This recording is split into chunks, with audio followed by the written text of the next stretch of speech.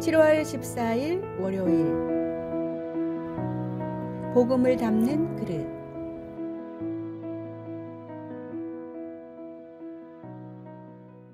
한 대학에서 군대에서의 의사소통이라는 제목의 연구를 진행했습니다.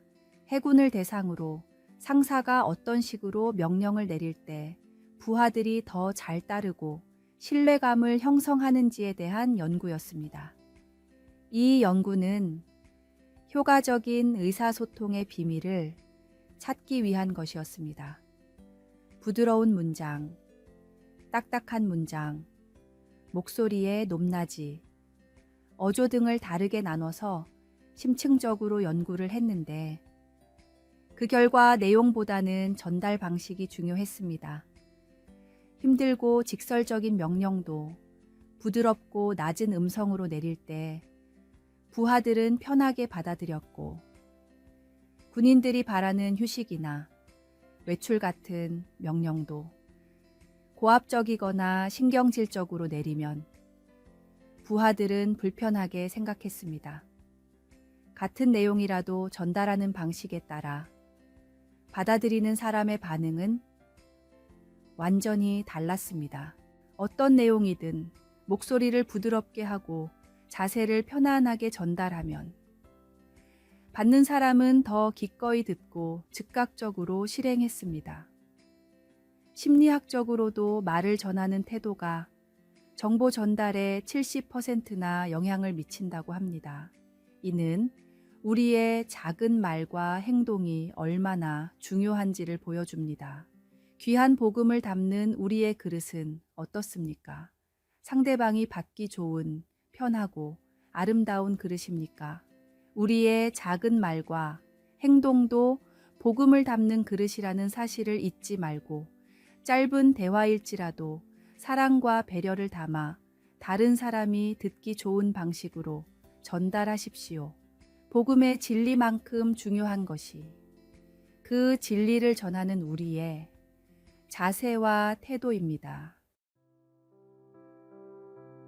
오늘의 말씀. 오직 사랑 안에서 참된 것을 하여 범사에 그에게까지 자랄지라. 그는 머리니 곧 그리스도라. 오늘의 만나. 오늘 하루 다른 사람들과의 모든 대화에서 사랑과 배려를 담아 전달하는 연습을 해봅시다.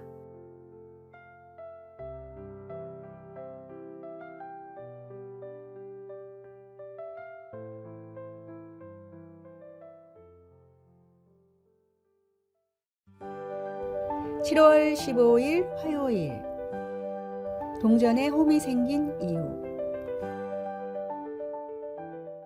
전 세계의 동전들은 대부분 바깥쪽 테두리에 홈이 파여 있습니다.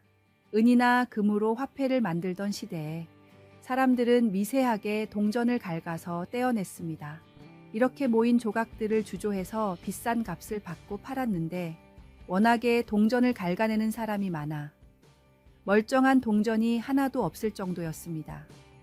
당시에는 이런 행위가 매우 흔한 일이었고 대부분의 사람들이 별다른 양심의 가책 없이 동전을 갉아냈습니다. 만유 인력을 발견한 뉴턴이 홈이 있는 동전 테두리를 개발하고 나서야 동전을 갉아내는 사람들이 사라졌습니다. 몇십 년 전 일본에선 한국에 500원짜리 동전을 구하는 사람들이 많았습니다. 모양과 크기가 비슷해 자판기가 일본의 500엔으로 인식했기 때문입니다. 대략 6배에서 10배 정도의 이득을 볼 수 있었기 때문에 조직적으로 밀수를 하는 범죄까지 생겨났습니다. 경제에 큰 위협이 될 정도여서 결국 일본 정부는 500엔을 새로운 디자인으로 변경했습니다. 작은 이익을 위해 많은 사람들이 불법적인 일에 가담했던 것입니다. 자신의 작은 이익을 위해서는 어떤 범죄도 스스럼 없이 저지르는 것이 인간의 본성입니다. 본성은 타고난 것이기에 우리의 힘으로는 다스릴 수 없고 변화시킬 수도 없습니다. 우리 안에 자리 잡은 죄악을 깨달을 때 작은 죄에도 넘어지지 않고 교만하지 않을 수 있습니다. 이런 깨달음이 있을 때 우리는 더욱 겸손해지고 하나님의 은혜에 감사하게 됩니다. 오늘의 말씀. 모든 사람이 죄를 범하였음에 하나님의 영광에 이르지 못하더니. 오늘의 만나. 우리의 힘으로 의로워진 것이 아니라 오직 주님의 은혜로 의롭다 칭함을 받았다는 사실을 잊지 맙시다.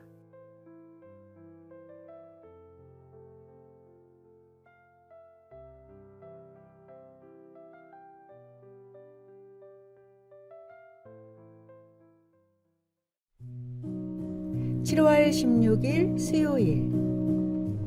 물고기와 튜브. 한 목사님이 주일학교 예배 시간에 다음과 같은 질문을 했습니다. 여러분, 물고기는 어디서 살고 있나요? 당연히 물속에서 살죠. 맞아요. 물고기가 물 안에서만 살 수 있듯이 예수님을 믿는 사람들은 하나님의 약속인 말씀 안에서 살아갈 수 있어요. 아이들은 고개를 끄덕이며 목사님의 설명을 들었습니다. 목사님이 다시 물었습니다. 여러분, 깊은 바다에 빠졌을 때 튜브가 있다면 목숨을 잃게 될까요? 어린이들은 입을 모아 아니라고 대답했습니다. 맞아요. 아무리 깊은 바다에 빠져도 튜브가 있다면 목숨을 잃지 않아요. 마찬가지로 우리가 살아가면서 아무리 힘들고 어려운 일이 있더라도 말씀이라는 튜브를 잡으면 절대로 가라앉지 않아요. 그러니 매주 듣고 배우는 말씀을 통해 하나님의 약속을 즐겁게 알아갑시다. 아이들의 눈이 반짝였습니다. 가장 훌륭한 어린이 설교 중 하나로 알려진 어느 목사님의 설교입니다.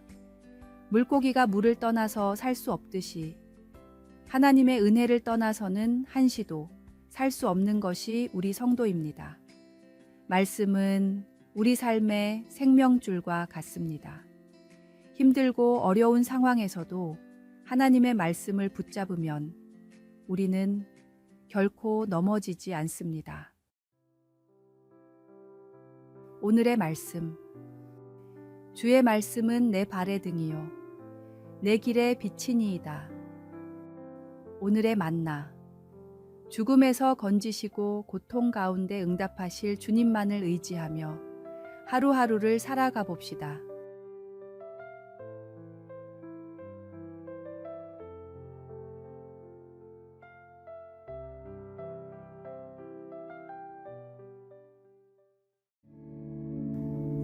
(7월 17일) 목요일. 함께 성장하는 리더십.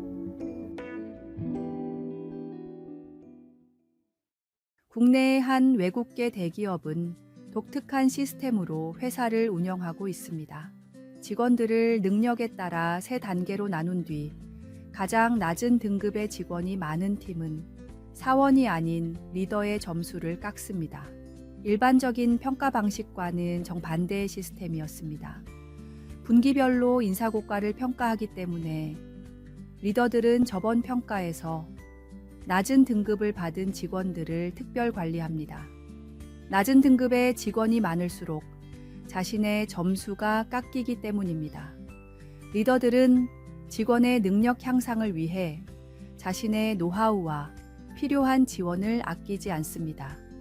개인적인 시간을 내어 1:1 코칭을 하고 직원의 약점을 보완할 수 있는 교육 기회를 제공했습니다. 리더의 적극적 관심과 지원을 받은 직원들은 더욱 더 노력해 실력을 성장시키고 이 경험은 다시 직원들과 리더들 사이에서 공유됩니다. 한국에서는 흔한 방식이 아니지만 본사의 방침에 따라서 운영을 했을 뿐인데 이 기업은 몇 년이 지난 뒤 기업 평가에서 국내 굴지의 대기업들을 제치고 인재 양성을 가장 잘하는 기업 6위, 리더를 위한 최고의 직장 3위에 올랐습니다. 뛰어난 능력을 가진 사람들이 그렇지 못한 사람들을 도울 때 리더는 본연의 역할을 다하며 성장하게 되고 도움을 받는 사람은 인재로 양성됩니다. 진정한 리더십은 함께 성장하는 것입니다.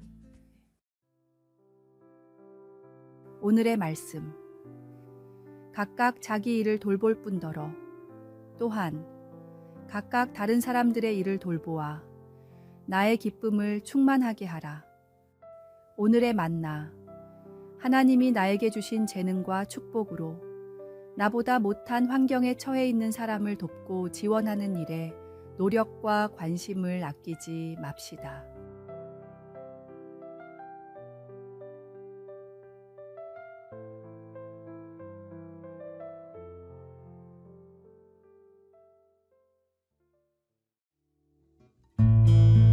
(7월 18일) 금요일. 도간에 든 질.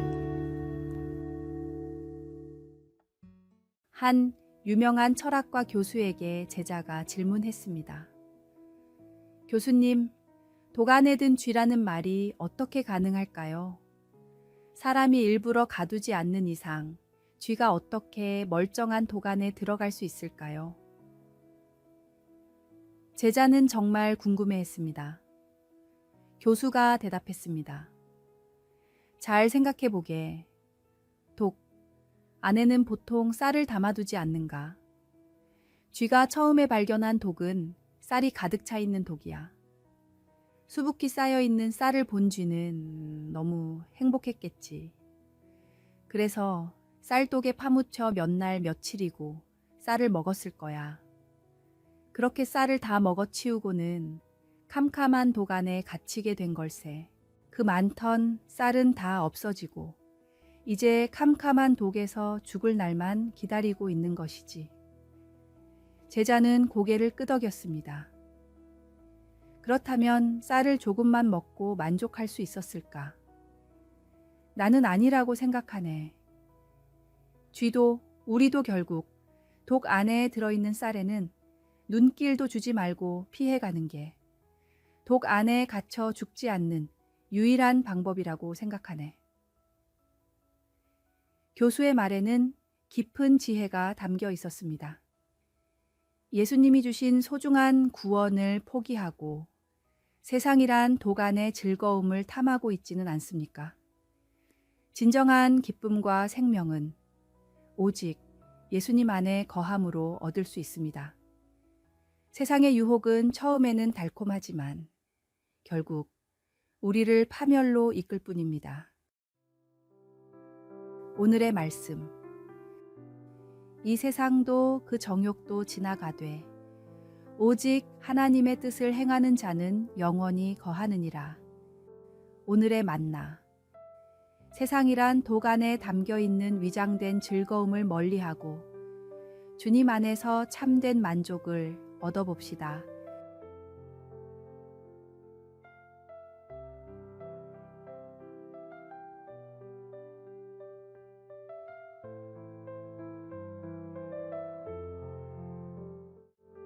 아래의 빨간색 글자 구독을 누르시어 더 많은 전도의 열매를 맺으시기를 기도합니다.